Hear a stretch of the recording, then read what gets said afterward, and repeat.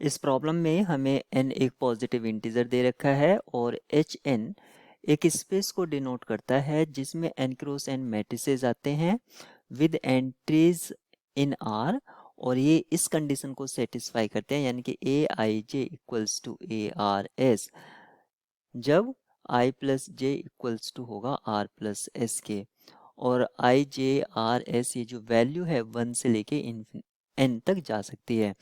Dimension of Hn, हम जानते हैं कि जो n क्रॉस n है ये आपका एक वेक्टर स्पेस फॉर्म करता है, तो जो Hn है वो इसका क्या होगा, सब सब स्पेस होगा। ये सब स्पेस होगा यानी कि वेक्टर स्पेस इटसेल्फ हो जाएगा। अगर ये वेक्टर स्पेस है तो इसकी कुछ ना कुछ डायमेंशन होगी, तो इसकी जो डायमेंशन है वो कितनी होगी ये हमें फाइंड आउट करना है। और डायमेंशन फाइंड आउट किस तरह से करेंगे, इसके लिए हम ये देखते हैं कि मैट्रिक्स एक रैंडम मैट्रिक्स Hn में कंसीडर कर लेते हैं। तो इसके लिए मैं एक 3x3 साइज का एक मैट्रिक्स कंसीडर कर लेता हूँ। तो इस तरह से आप देख सकते हैं ये मैंने 3x3 साइज का एक मैट्रिक्स कंसीडर कर लिया है। इसमें जो ये सर्कुलर पार्ट है ये मेरी इक्वल एंट्रीज को रिप्रेजेंट कर रहे हैं, यानी कि 1+2 और 2+1 इनका सम सेम होगा। ऐसे ही जो डायगोनल एलिमेंट्स हैं ये वाले, इनका भी जो सम है वो सेम होगा, यानी कि A13 और A31 और 2 तो इटसेल्फ वो सेम है ही। और इसी तरह ये दो एंट्री हैं इनका सम सेम होगा, यानी कि यहाँ पर एक इंडिपेंडेंट हुई, ये 3 इंडिपेंडेंट हुई और एक यहाँ पर इंडिपेंडेंट हुई। तो कुल मिला के 5 एंट्री इंडिपेंडेंट हो गई है। इंडिपेंडेंट एंट्रीज को मैंने स्टार के द्वारा रिप्रेजेंट कर दिया है।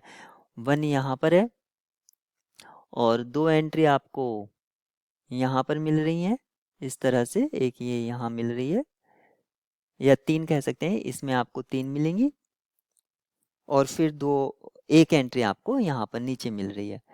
तो इस तरह से आपको कुल मिला के 5 एंट्रीज मिल रही हैं, और 5 को हम लिख सकते हैं 5 को 2 × 3 - 1। इस तरह से आपका इस प्रॉब्लम का जो करेक्ट सोल्यूशन है वो क्या हो जाएगा, ऑप्शन डी करेक्ट होगा।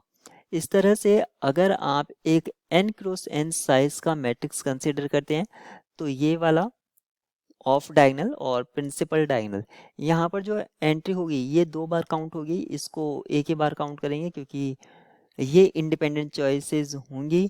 बाकी इसके अबव डायगोनल जो होंगे ऊपर ऊपर के एंट्री ले लीजिए, और ऐसे ही इसके नीचे के ऊपर वाली एंट्रीज जो होंगी वही इंडिपेंडेंट होंगी, क्योंकि जस्ट नीचे वाली एंट्रीज क्या होंगी वो उसके सम के इक्वल होंगी। यानी कि ये कंडीशन है Aij इक्वल्स टू ARS, तो सिर्फ एक को काउंट कर लीजिए, दूसरे को काउंट करने की जरूरत नहीं है, वो वही इंडिपेंडेंट होंगी। उस तरह से भी आप इस आइडिया को जनरलाइज कर सकते हैं।